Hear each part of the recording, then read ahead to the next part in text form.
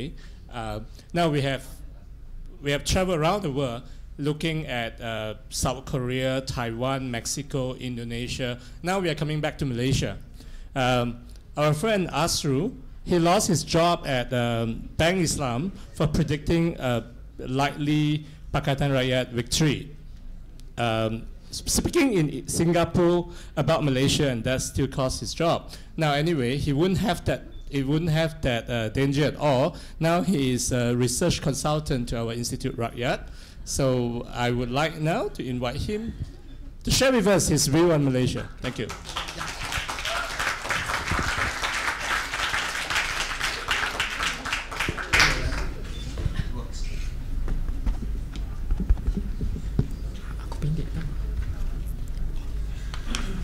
Okay, Assalamualaikum warahmatullahi wabarakatuh.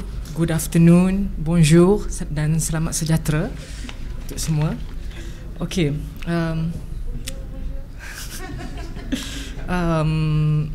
first of all, I would like to thank the three co-organizers of this two-leg forum, namely the Penang Institute, IRF and Institute Rakyat, for giving me the opportunity to become one of the speakers of this event.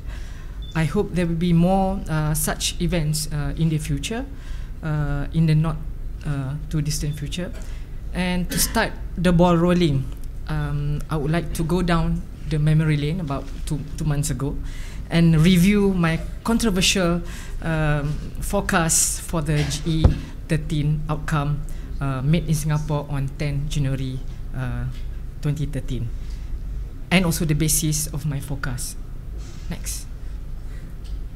Okay, I said in Singapore that expectations for the outcome of GE13 have completely transformed for the following reasons. Number one, the unprecedented opposition victory on 8 March 2008 at the GE12. Number two, continued close cooperation of opposition parties post GE12, and that has led to the establishment of Pakatan Rakyat, and also success stories in some PR states. And to arrive at my conclusions, I said that I analysed current voter profile, past voting trends in all general elections, in particular the GE12, results of all 16 by-elections, results of Sarawak state elections in April 2011. Next. I also took stock of the feedback from ground visits to gauge the underlying voters' sentiment that I made myself. I identified election issues, local or national, that could affect voters' decisions. I also, and last but not least, I assessed possible voting patterns among wildcard groups, namely newly registered voters, young voters, urban voters, voters in Sabah and Sarawak, voters in Felda constituencies, and last but not least, the 17 marginal seats with majority less than 1,000 votes at GE12. And I also said that for the base case scenario to happen, the following conditional assumptions must be fulfilled. Number one, there should be only 2 cornet fights. Number two, 75 to 80% of overall national voter turnout. I also shared a conservative but realistic voting tendency by ethnic breakdown, 55 and 60% among Malays for Barisan Nasional, 20 to 25% among Chinese for Barisan Nasional, 45 and 50% among Indians for Barisan Nasional, and 60 to 65% among others for Barisan Nasional. And last but not least, electoral fraud cases must be limited to below 5% of total voter turnout. Without all these conditions, I said in Singapore that the base case scenario will not happen. Next. And these are my scenarios that I listed. Scenario number 1 is the scenario with moderate probability or best case scenario, narrow win for BN with 112 and 122 parliamentary seats, which means narrow loss for PR, and that means 7 states for BN. Scenario 2 with quite high probability or the base case scenario, narrow loss for BN with 97 to 107 parliamentary seats, which means narrow victory for PR and 5 states for BN. Scenario number 3 with low probability or the worst case scenario is a big loss for BN with 82 to 92 parliamentary seats, which means a big victory for PR and only 3 states for Barisan Nasional. But I said that scenario number 3 is very unlikely, so we don't have to waste our time on that. And scenario number one, we will remain status quo, so we don't have to waste our time delving on that. So that's why I focused on the second scenario, which is a narrow loss for BN but a narrow victory for PR, and that has landed me in hot soup. Okay, anyway, next. Okay, after my forecast, which riled up many quarters, and you know who, a couple of research outfits seem to have been warmed up to the possibility of a PR win, or at least a narrow BN win, such as recently Bank of America Merrill Lynch, Maybank Investment Research, Economist Intelligence Unit, and Merdeka Center for Opinion Research. Next. However, a PR victory is not free from issues. Okay, number 1, we can expect economic sabotage, resistance and non-cooperation by those in the business community and civil service aligned to the losing coalition. Number 2, perceptions of political instability, especially during the period of power transition. Concern number 3, there will be no assurance of continuity of government policies and guarantee of the sanctity of contracts, in particular related to lopsided concession agreements, and that is one of the major concerns of the business community. Number 4 is the absence of the unpopular GST, which I support very much, but there could be introduction of taxes and other measures deemed business unfriendly instead. And last but not least, there could be jittery reaction by financial markets, either in capital, foreign exchange and money markets. Next. Okay. After the GE13, we can expect some negative knee-jerk overreaction on the first day of trading due to fears over political instability, administrative uncertainties and policy inconsistency, short-term nervousness over power handover, perceived uptick in Malaysia's political risk, among others. And because of that, we may see increased volatility and sharp pullback in equity, bond and forex markets.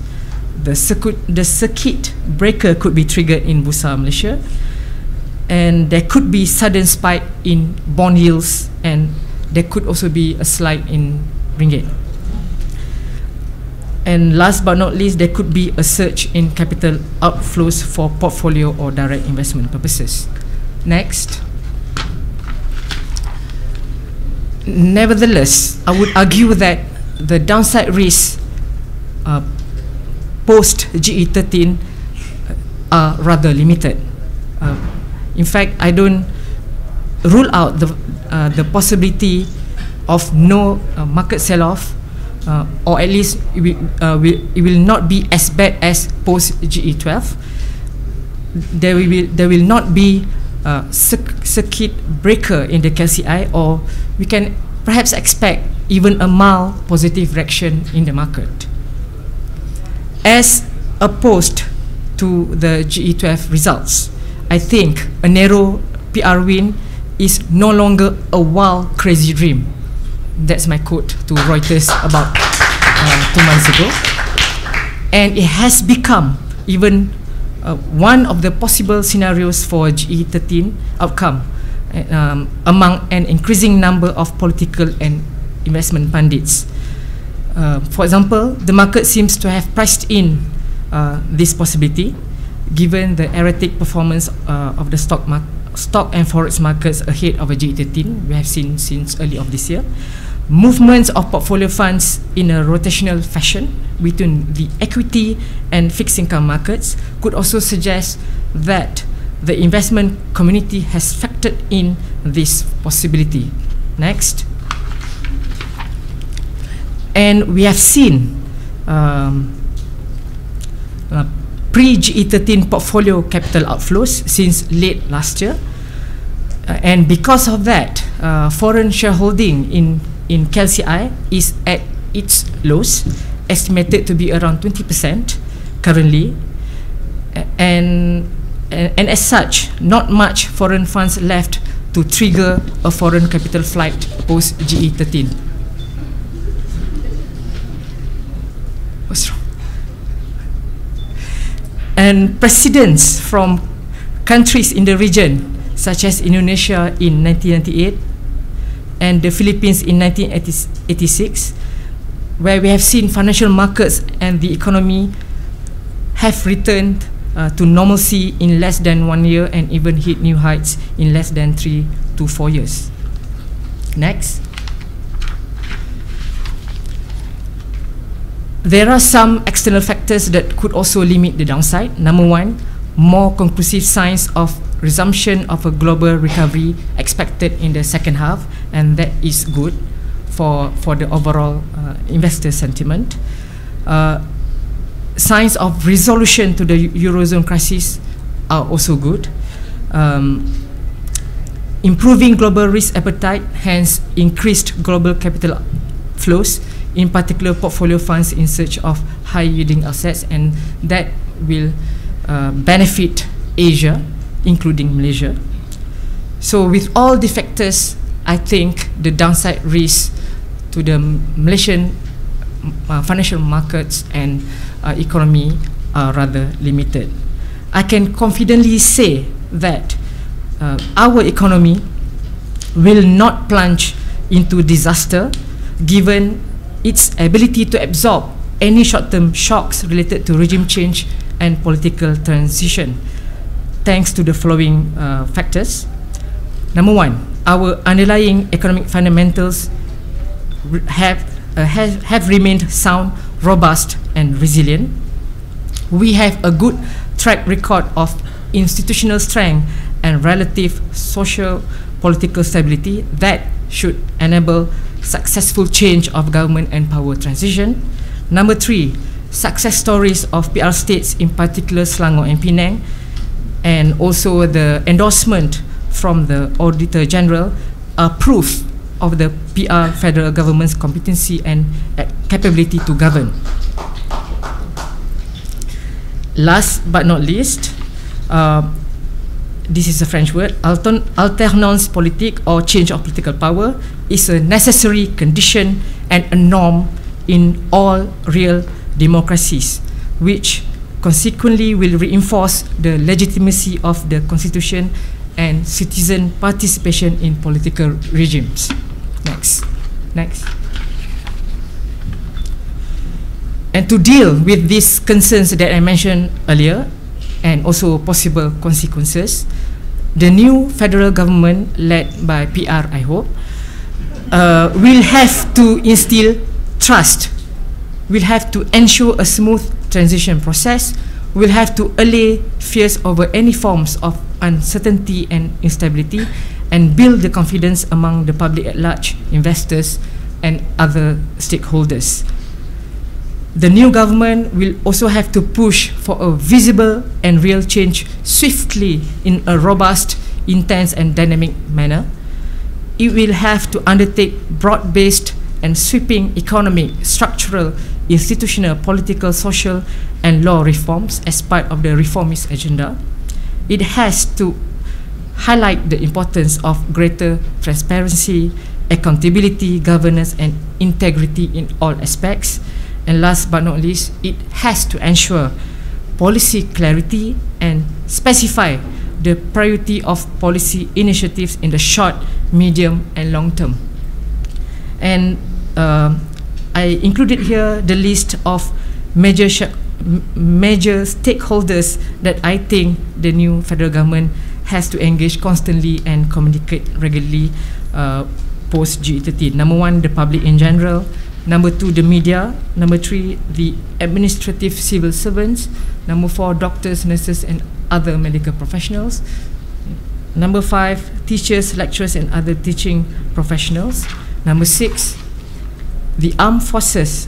Next, the business and investment community, the new opposition coalition, professional bodies, industrial association, members of think tanks and intellectual circles, civil society and NGOs, religious leaders of all faiths, the diplomatic community, the arts community, and last but not least, the marginalized, the underprivileged and minority groups. Next. For the short term, or more specifically within 100 days in power, in my view, the new government must look for low-hanging fruits or measures that cost virtually nothing, financially speaking.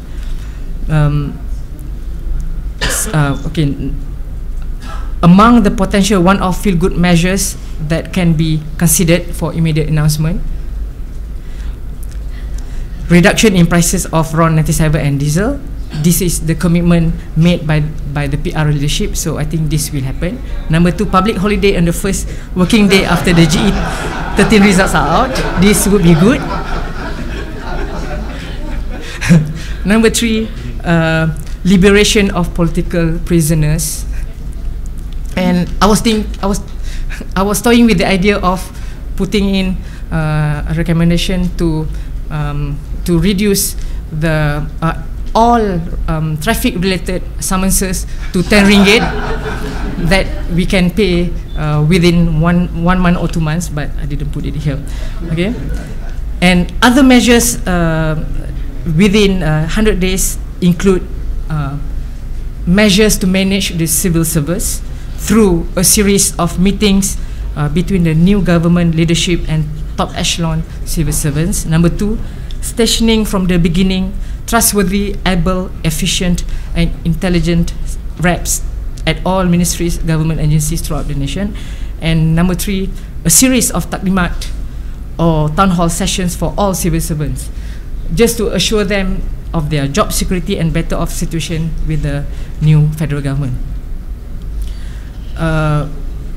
The new government should also review the role of the media as the shaper of public opinion by engaging with the mainstream and alternative media. Next.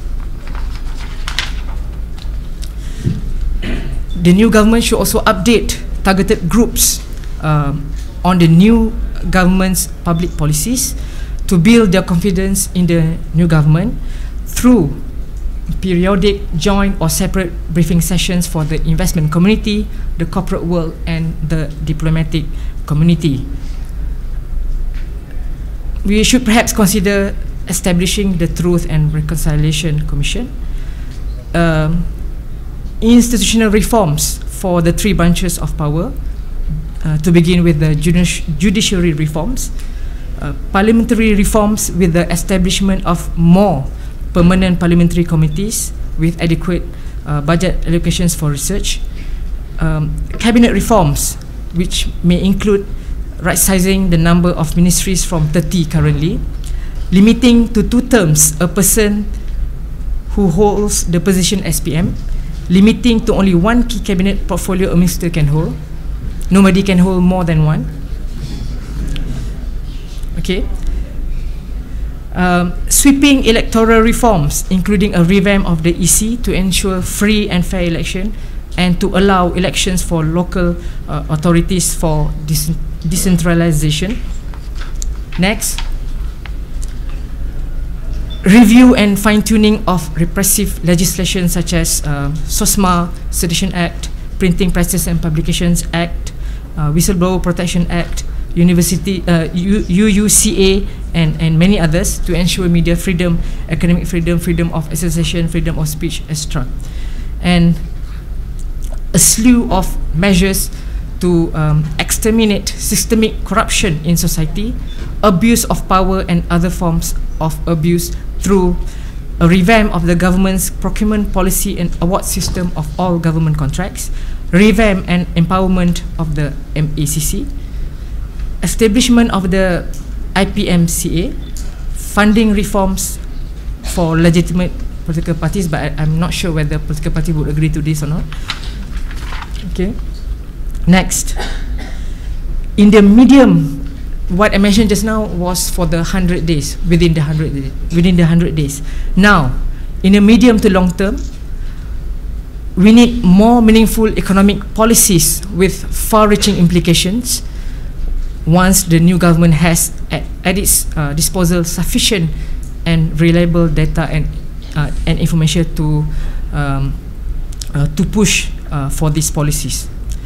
Policy number one is to liberalize the economy with the basic principle of pro-business and market-friendly policies, but without imposing hardship on the people. To improve the well-being of the people by raising the minimum household income to levels deemed adequate to meet the basic needs of all household members. And we know for a fact that the PR manifesto has set 4,000 ringgit as the minimum household income, and to also close the wealth and income gaps, to provide conducive environment for businesses to thrive, to make Malaysia a competitive and viable investment destination by implementing all the measures here. Make adjustments to the affirmative action and welfare programs to avoid NEP shortcomings and abuses, with transformation to a needs-based, merit-based and adequately market-oriented approach instead of race-based and elite group-based. Next. To move towards an economic structure that is based on innovation, creativity and productivity, and the one that emphasizes on SMEs and small businesses as major growth drivers, and the increasing role of businesses in creating high-paying jobs to help right-size the civil service. To redefine the government intervention in the economic and business sphere. To undertake budget consolidation measures, prioritization and rationalization of government spending, and also fiscal reforms. To have a balanced federal government budget according to the PR manifesto. I'm not sure whether it has an manifesto, I'm sorry, but we want to have a balanced budget soon. To eliminate prejudice, discrimination, injustice, racism and oppression in all forms, to ensure justice, equality of opportunities and human dignity for all. Next. To push for sustainable development, and if carried out properly and effectively, I believe all these programs and measures should help to raise our long-run growth trend to around 7% from below 6% at present, to achieve a balanced budget by 2017 or 2018, to achieve a more balanced economic development geographically and fairer redistribution of wealth or prosperity, to uplift the bottom 40%, and to ensure higher sovereign credit ratings and lower long-term risk premium assigned to Malaysia. Next. this is my last slide. Given the anticipated narrow PR win, the presence of relatively strong opposition in the parliament should help strengthen the democratic process with the following outcome. The PR federal government will be always disposed to prove that it can strike the balancing act between meeting the aspirations of the people and the needs of the business or investing community. A well-functioning and genuine check and balance system to protect the rights of all citizens. There will be no revisions to the federal constitution at whims and fancies without a supermajority of 2/3. The emergence of a genuine two-coalition system. Perhaps we may see higher quality debates in the parliament and state assemblies. That still has to be seen. And perhaps more freedom for members of parliament and state reps to vote based on their wisdom or the feedback from the people, and not to the party line all the time. And with that, I would like to end my presentation. Thank you. Thank you. It almost sounds like manifesto. So whenever you do not find that in the Pakatan Rakyat Manifesto for the 13th general election, look out for it in the 14th one. So this is a preview. Now, we have gone through very interesting views from three different panelists that Professor Wu has brought us going around the world, from Eastern Europe to East Asia to Mexico. Professor Anwar Nasution brought us to review macroeconomic policies in Indonesia, and Saudara Azrul drew a picture and say why this is possible and why you shouldn't have to be worried and so on. So if you have fear earlier about that, whether transition will be smooth and so on, Professor Wu reminded us and say, what you really need sometimes is a bit of distraction, because otherwise you wouldn't be able to change. Now, what Azrul has just basically covered is to reassure us and say, even with that kind of destruction, you don't expect tremendous fluctuation in the market. Now, I know there are always people who would not, who always would still ask that question and say, is it real? Okay, now this is the time, we have about 45 minutes. I would invite you to, to take the mic. Please do introduce yourself, where you are from, and to whom your questions is addressed to. You can ask any or all of them.